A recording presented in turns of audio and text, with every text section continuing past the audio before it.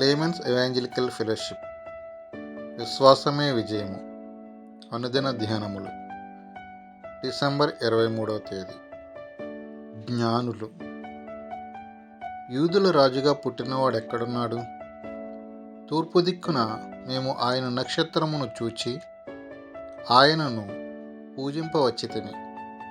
మత్తయి సువార్త 2వ అధ్యాయము 2వ వచనము.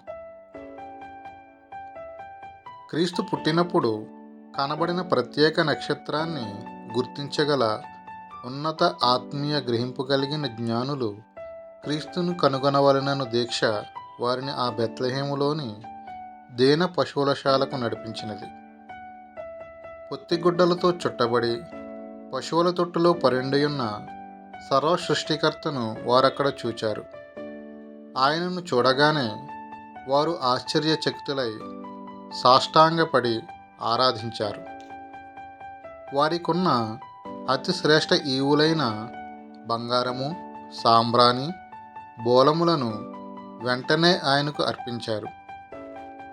ఎటువంటి దృక్పథం అది! ఆ దృశ్యము హృదయ ఆనందకరమైనది. వెతుకుచున్న వారికి దొరికిన ఎంత మహిమకరమైన బహుమానము!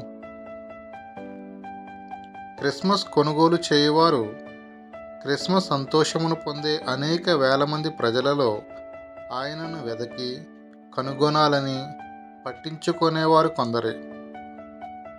కడుపునే దేవుడిగా కొలవడము, దగదగా మెరిసే వస్త్రాలంకరణతో తృప్తిపడడం, బలవంతంగా ఆరాధనా స్థలానికి రావడం ఎంతో నిరుత్సాహాన్ని కలిగిస్తుంది. చాలా మృతమైన సంఘాలలో అర్ధనగ్న వస్త్రాలంకరణలతో బలిపీఠమును సమీపించుచు సజీవుడైన దేవుని పేరట వస్తారు. పాపముల నుండి, వ్యర్థత్వము నుండి రక్షించడానికై వచ్చిన లోక రక్షకుని వెదకనందువల్ల ఎంతో ప్రమాద పరిస్థితులను ఎదుర్కొంటారు. జాగ్రత్త అని వారిని హెచ్చరించేవారే లేరా? పశువుల తొట్టి ఎదుట నిజమైన పశ్చాత్తాపంతో వంగాలని నేర్పించే గురువులు, బోధకులు ఎంతమంది ఉన్నారు? దేవుని కొరకు వెదకాలనే తృష్ణ ఎక్కడా?